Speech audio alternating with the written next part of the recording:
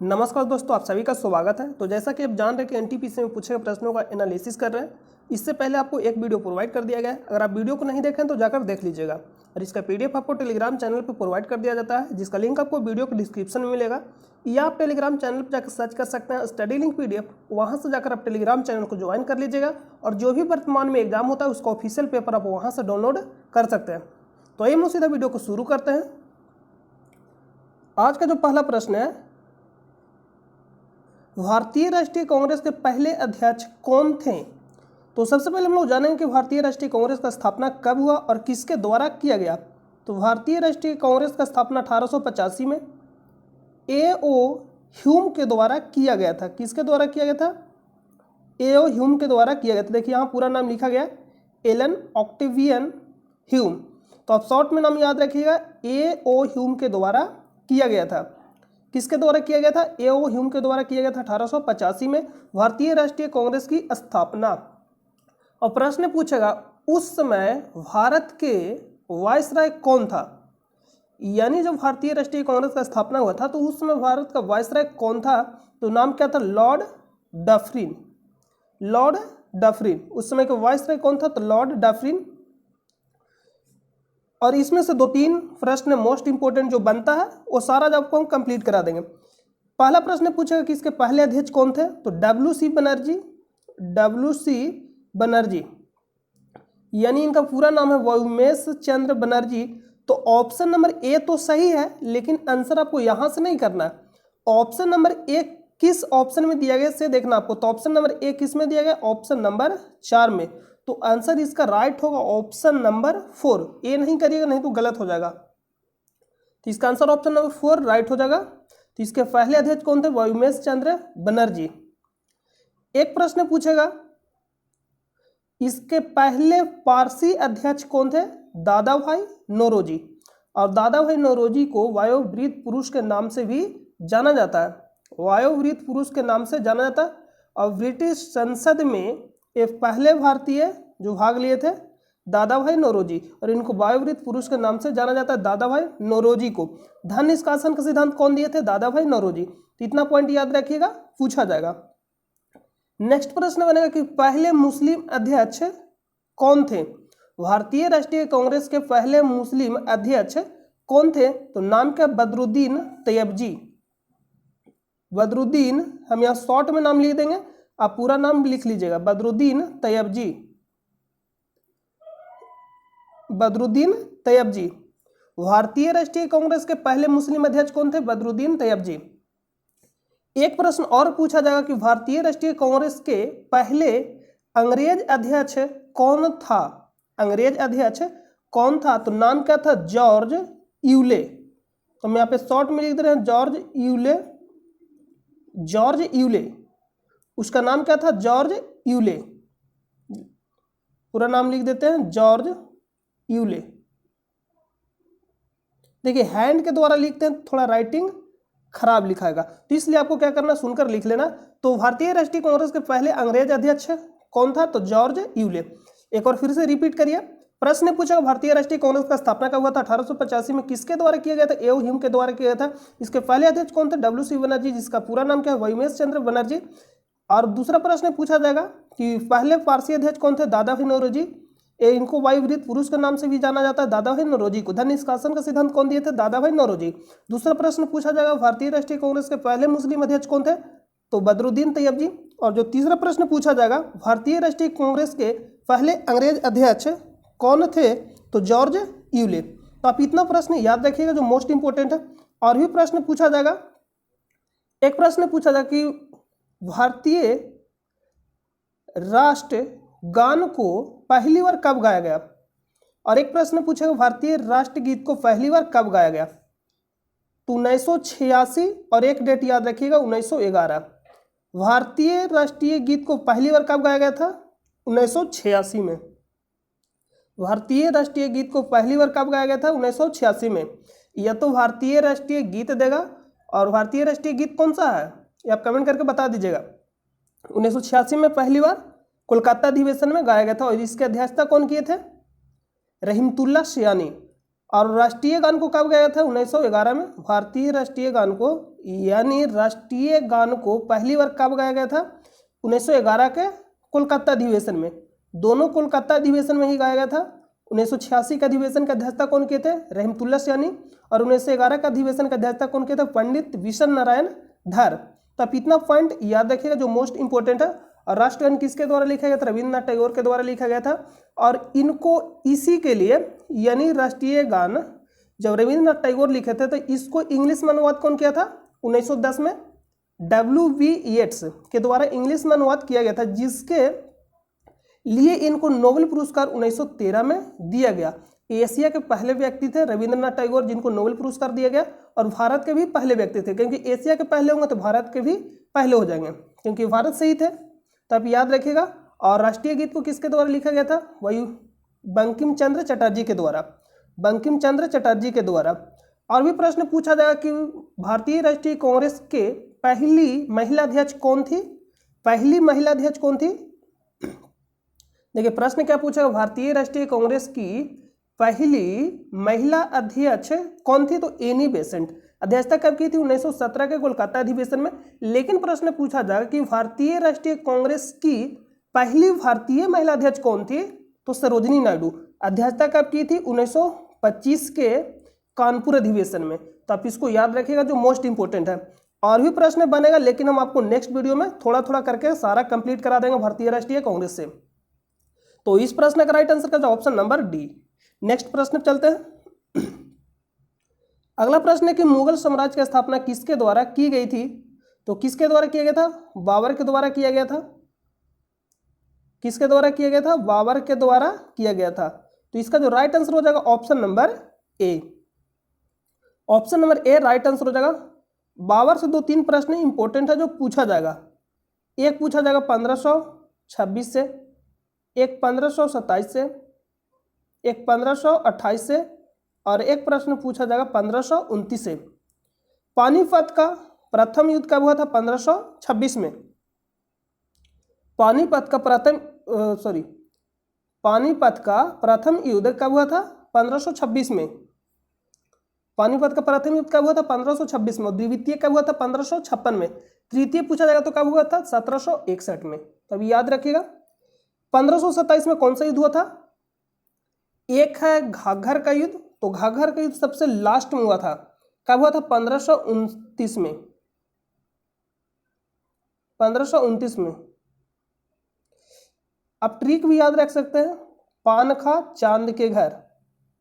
तो खनवा का युद्ध कब हुआ? 1527 में। पानीपत का प्रथम युद्ध 1526, उसके बाद 1527 में खनवा का युद्ध। चंदेरी का युद्ध कब हुआ? 1528 में। और घाघर का युद्ध कब हुआ? 1529 में। तो आप इतना पॉइंट याद रखिएगा जो मोस्ट इंपॉर्टेंट है। तो इसका राइट आंसर हो जाएगा ऑप्शन नंबर ए।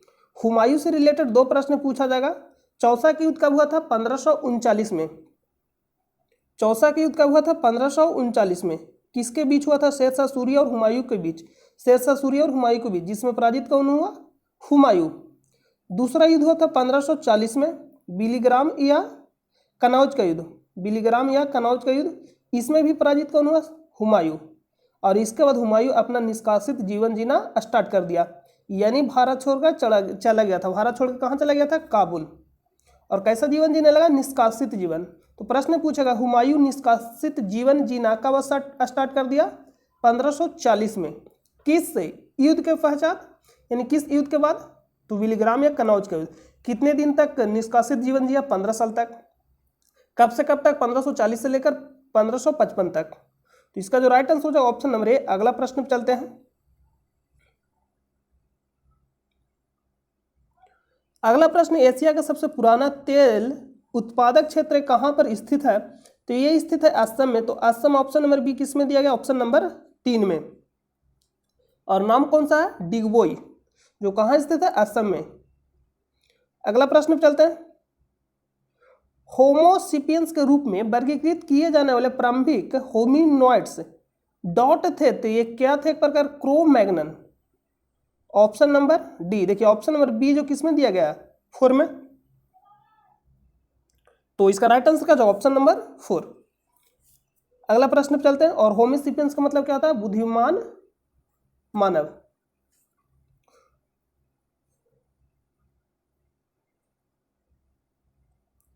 अगला प्रश्न, निम्नलिखित में से कौन सा यौगिक गुर्दे की पथरी का निर्माण करने वाला सर्वाधिक सामान्य यौगिक है?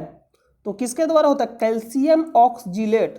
तो किस ऑप्शन में? ऑप्शन नंबर ए में ही है कैल्शियम ऑक्सजिलेट, और ऑप्शन नंबर एक किस में दिया गया? एक में, यानी एक नंबर इसका राइट आंसर हो जाएगा। और यहां पे लिखा गया सोडियम बाई कार्बोनेट, तो खाने वाला soda, sodium by carbonate, NaHCO3, sodium by carbonate खाने वाला सोडा, और धोने वाला सोडा का सूत्र क्या होता है? Sodium carbonate. तो इसका आप ध्यान दीजिएगा, इसका right answer option number A. अगला प्रश्न है कि एक मानव जीव में औसतन कितनी स्वाद कलिकाएं मौजूद होती है? तो कितनी से कितनी होती है? 2000 से लेकर 8000 तक। तो 2000 से लेकर 8000 तक किस ऑप्शन में? ऑप्शन नंबर ए में। तो यानी ऑप्शन नंबर ए किस में दिया गया? ऑप्शन नंबर 3 में दिया गया। तो इसका राइट आंसर क्या होना चाहिए? Option number 3। यहाँ तो ए सही होगा, लेकिन आपको देखना है ए किस में दिया गया, तो उस हिसाब से आंसर आपको लगाना होता है। ऑप्शन नंबर 3 में दिया गया। नेक्स्ट प्रश्न पूछा गया, सफेद रेगिस्तान भारत के निम्नलिखित राज्यों में से किस में स्थित है? तो किस में स्थित है? गुजरात में। और थार मरुस्थल कहाँ स्थित है? राजस्थान में। देखिए, जो कच्छ वाला जो एरिया है गुजरात का, जो कच्छ वाला एरिया है गुजरात का, उसको हम लोग सफेद रेगिस्तान के नाम से जानते हैं। क्यों?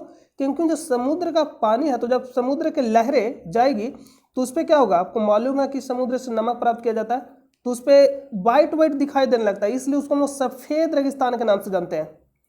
तो ये कहाँ स्थित है? गुजरात में। और गुजरात में पूछा है कहाँ पे? तो कच्छ वाला एरिया जो है। तो गुजरात ऑप्शन नंबर एक किसमें? एक में। तो एक नंबर इसका राइट आंसर हो जाएगा। और जंगली गधे कहाँ पाए जाते हैं? कच्छ के रण में। ये भी प्रश्न पूछा जाता है। कंचनजंगा कहाँ स्थित है? सिक्किम में। अगला प्रश्न पर चलते हैं। नेक्स्ट प्रश्न कि एक नवजात शिशु के शरीर में कितनी हड्डियां होती है? तो नवजात शिशु के शरीर में कितनी हड्डी होती है? 350। Option number A. अगला प्रश्न पे चलते हैं। शायद आपको क्लीन यहाँ पे दिखाई नहीं दे रहा होगा, तो हम आपको पढ़ कर बता दे रहे हैं। देखिए क्या लिखा गया कि किंग जॉर्ज पंचम तथा क्वीन मैरी की यात्रा की याद में सन 1911 में भारत का कौन सा लोकप्रिय पर्यटन स्थल बनाया गया था? तो इसका नाम क्या है? गेटवे ऑफ इंडिया, और ये कहाँ स्थित है? मुंबई में। तो ऑप्शन नंबर बी 2 में दिया गया, तो इसका राइट आंसर हो जाएगा 2। किसकी याद में बनाया गया था? तो किंग जॉर्ज पंचम और क्वीन मैरी की याद में। अरे भारत कब आए थे? 1911 में। इंडिया गेट कहाँ स्थित है? दिल्ली में स्थित है। और इंडियन गेट के डिजाइनर का नाम क्या था? कमेंट करके बता दीजिएगा, वास्तुकार का नाम क्या था इंडिया गेट के। अगला प्रश्न, 1981 में इसरो द्वारा प्रक्षेपित भारत के पहले जियो स्टेशनरी उपग्रह का नाम क्या था? एप्पल। नाम क्या था? एप्पल। तो आपसे प्रश्न पूछा एप्पल को कब प्रक्षेपित किया गया था? 1981 में। नाम क्या है? एप्पल। भारत के पहले जियो स्टेशनरी उपग्रह, यानी बी किस में? ऑप्शन नंबर 3 में। तो इसका 3 राइट आंसर हो जाएगा। आर्यभट्ट को कब प्रक्षेपित किया गया था? 19 अप्रैल 1975 को। भारत के पहले उपग्रह आर्यभट्ट को कब प्रक्षेपित किया गया था? 19 अप्रैल 1975 को। कहां से? सोवियत संघ, रूस से। तो इसका राइट आंसर क्या होना चाहिए? Option number 3।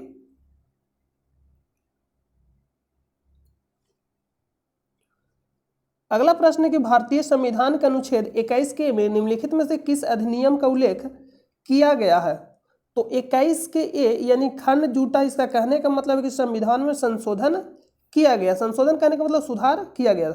तो 86वें संविधान संशोधन 2002 के तहत मूल अधिकार और मौलिक कर्तव्य दोनों में शिक्षा का अधिकार को ऐड किया। मतलब शिक्षा से रिलेटेड अगर प्रश्न पूछा जाएगा संविधान में, तो कौन सा संविधान संशोधन बताइएगा? 86वां संविधान संशोधन 2002 में कौन सा ऐड किया गया? 21 के ए।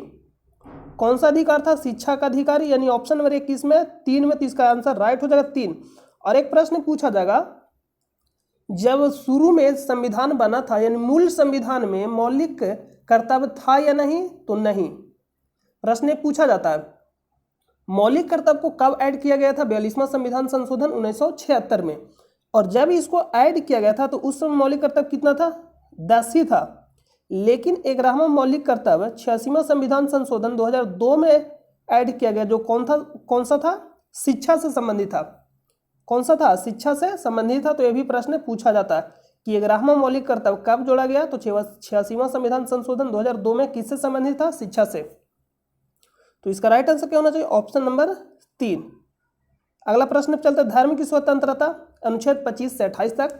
एक वीडियो है जो आपको देखना चाहिए, जो 11 से 10 मिनट, 10 या 11 मिनट यही के आसपास होगा। उसमें आपको 1 से लेकर 50 तक कंप्लीट अनुच्छेद बताया गया है, जो इंपॉर्टेंट है। नेक्स्ट प्रश्न पे चलते हैं। किस भारतीय ने 2014 में शांति के लिए नोबेल पुरस्कार जीता? तो सबसे पहले नोबेल पुरस्कार के विनर का हम लोग देख लेते हैं। तो अभी आपको तुरंत बताया था कि रविंद्रनाथ टैगोर एशिया के पहले व्यक्ति थे जिनको क्या दिया गया था? नोबेल पुरस्कार। और किस क्षेत्र में दिया गया था? साहित्य के क्षेत्र में दिया गया था। कब दिया गया था? 1913 में।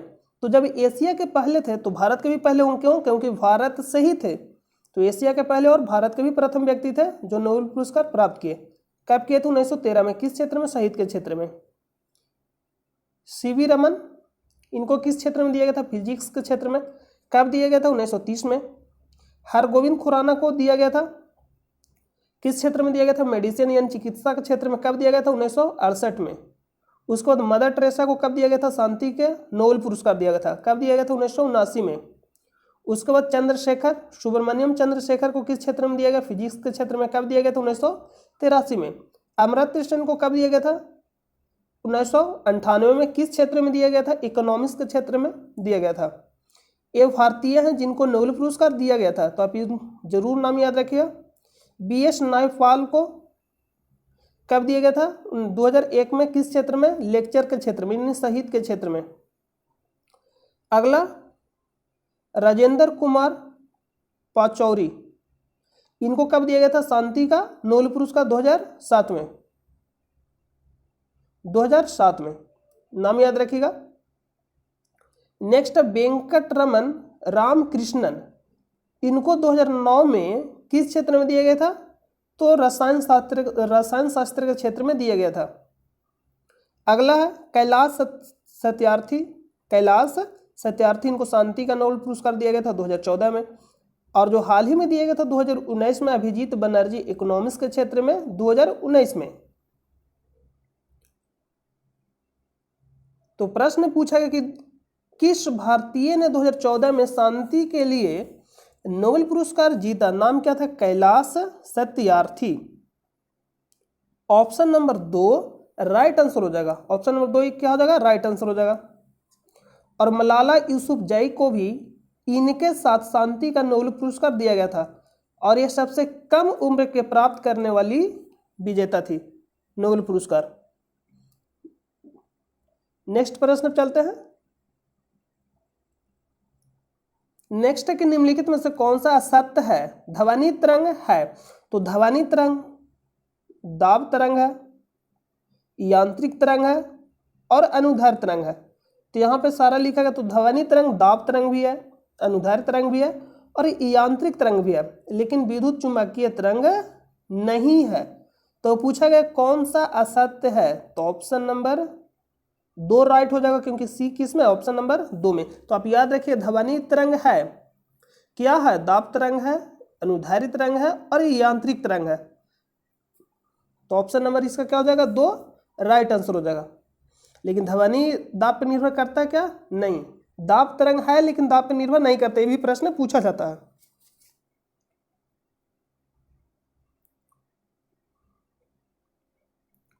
नेक्स्ट की वह एकमात्र धातु कौन सी है जो कमरे के तापमान पर द्रव में बदल जाती है, यानी द्रवावस्था में पाई जाती है कमरे के तापमान पर, यानी समान तापमान पे किस अवस्था में पाया जाता है? द्रवावस्था में। अधातु पूछा गया। एक प्रश्न धातु से रिलेटेड पूछा जाएगा और एक अधातु से रिलेटेड। तो यहां पे लिखते हैं धातु और इसके नीचे लिखते हैं अधातु।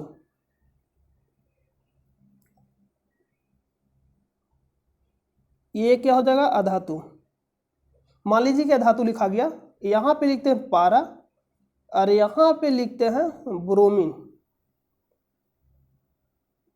तो पारा क्या है, धातु है, और ब्रोमीन क्या है, अधातु। तो आप यहाँ पे देख रहे हो कि पारा 2 अक्षर से लिखा गया और धातु भी 2 अक्षर से, ब्रोमीन 3 अक्षर से लिखा गया, अधातु भी 3 अक्षर से। तो आपको इस तरह से मिलाना, छोटा का छोटा के साथ और बड़ा को बड़ा के साथ। तो अगर प्रश्न पूछेगा कौन सा धातु, तो आंसर क्या बताइएगा, धातु बोलेंगे तो ब्रोमीन नहीं, पारा। अगर पूछा जाएगा कि कौन सा धातु कैमरे के तापमान पर द्रव अवस्था में पाया जाता है, तो पारा। लेकिन पूछा जाएगा धातु, तो क्या बताइएगा, ब्रोमीन। कौन सा धातु कैमरे के तापमान पर द्रव में बदल जाता है, यानी द्रव अवस्था में पाया जाता है, ब्रोमीन। तो आप इस तरह से याद रखिए, कंफ्यूजन आज के बाद नहीं होना चाहिए, छोटा को छोटा के साथ और बड़ा को बड़ा के साथ। पूछा गया धातु, तो धातु में क्या हो जाएगा, ब्रोमीन। अधातु में क्या हो जाएगा, ब्रोमीन, यानी ऑप्शन नंबर डी। और धातु पूछा जाता तो पारा। नेक्स्ट प्रश्न चलते हैं। अगला निम्नलिखित जीवों में से कौन सा जीव मुकुलन द्वारा प्रजनन नहीं करता। मुकुलन द्वारा कहने का मतलब है कि ये मान लीजिए इस तरह से, मान लीजिए बीज से कट गया, तो जब बीज से कट गया तो ये भी भाग क्या हो जाएगा, विकसित हो जाएगा, और ये भी विकसित हो जाएगा। तो इसी को हम लोग क्या बोलते हैं, मुकुलन। तो मूंगा करता है, हाइड्रा भी करता है और स्पंज भी करता है, लेकिन एनीलिडा नहीं करता, यानी ऑप्शन नंबर डी। नेक्स्ट प्रश्न चलते हैं। नेक्स्ट है, शतरंज की कौन सी गोटी सीधे चलती है किंतु तिरछी मार करती है। तो नाम क्या है, प्यादा। देखिए यहां से समझ जाइए, ये जो आप देख रहे हैं इसको रानी बोलते हैं, इसको राजा बोला जाता है, इसको ऊंट बोला जाता है, और इसको घोड़ा, और इसको हाथी। जो जिसको हम लोग सिपाही बोलते हैं, जो आगे रहता है, ये जो आप देख रहे हैं इसी को बोला जाता है प्यादा। इसको क्या बोला जाता है, प्यादा। ये चलता है, देखिए शुरू चलता है 2 कदम, शुरू कितना चलता है, 2 कदम, उसके बाद 1-1 कदम चलता है सीधा, लेकिन मार क्या करता है, इस तरह से तिरछा मार करेगा। यानी ये यहाँ और ये गोटी यहाँ, इस तरह से तिरछा मार करेगा, समझ रहे, चलेगा सीधा लेकिन मार करेगा तिरछा। और घोड़ा का काम क्या है, अढ़ाई चलेगा, यानी या इस तरह से चलेगा, यहाँ यहाँ फिर यहाँ मार करेगा।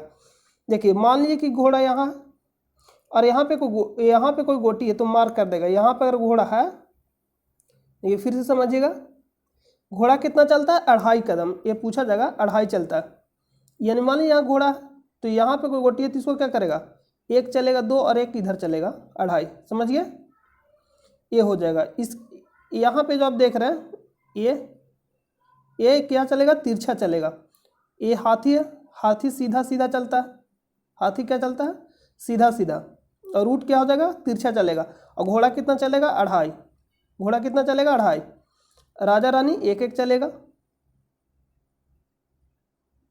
देखिए राजा रानी क्या बोले, रानी 1 चलेगा। राजा जो है ना, किधरों मतलब किसी भी एरिया में जा सकता है। ऐसे भी राजा, तो राजा कहीं भी अपना साम्राज्य में जा सकता है, यानी कितना भी मार कर सकता है, इसका कोई लिमिट नहीं है।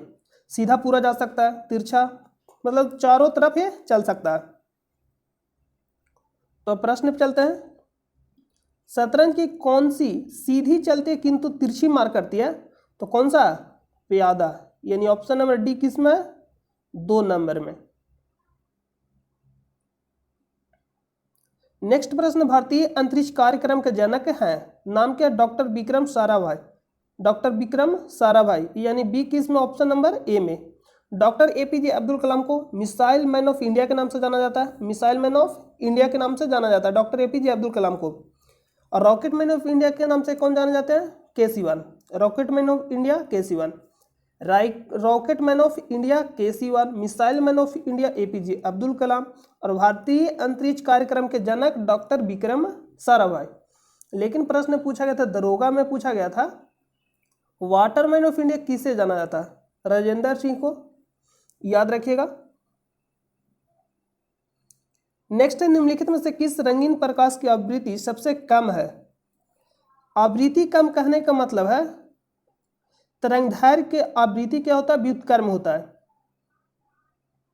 यानी 1/n। अब इसको फॉर्मूला निकालना था, कैसे निकालिएगा, देखिए हम निकालने के लिए आपको बता देते हैं। मालूम आपको कि v बराबर एन लैम्डा होता है, जहाँ एन क्या है आवृत्ति, लैम्डा क्या है तरंगदैर्घ्य। तो हमको जो संबंध निकालना है आवृत्ति और तरंगदैर्घ्य में, तो v को यहाँ पे क्या करेंगे इग्नोर करेंगे। तो यहाँ पे हम लिख सकते हैं 1/λ/n, यानी लैम्डा को यहाँ बट्टा में भेज दिए क्योंकि गुना में यहाँ।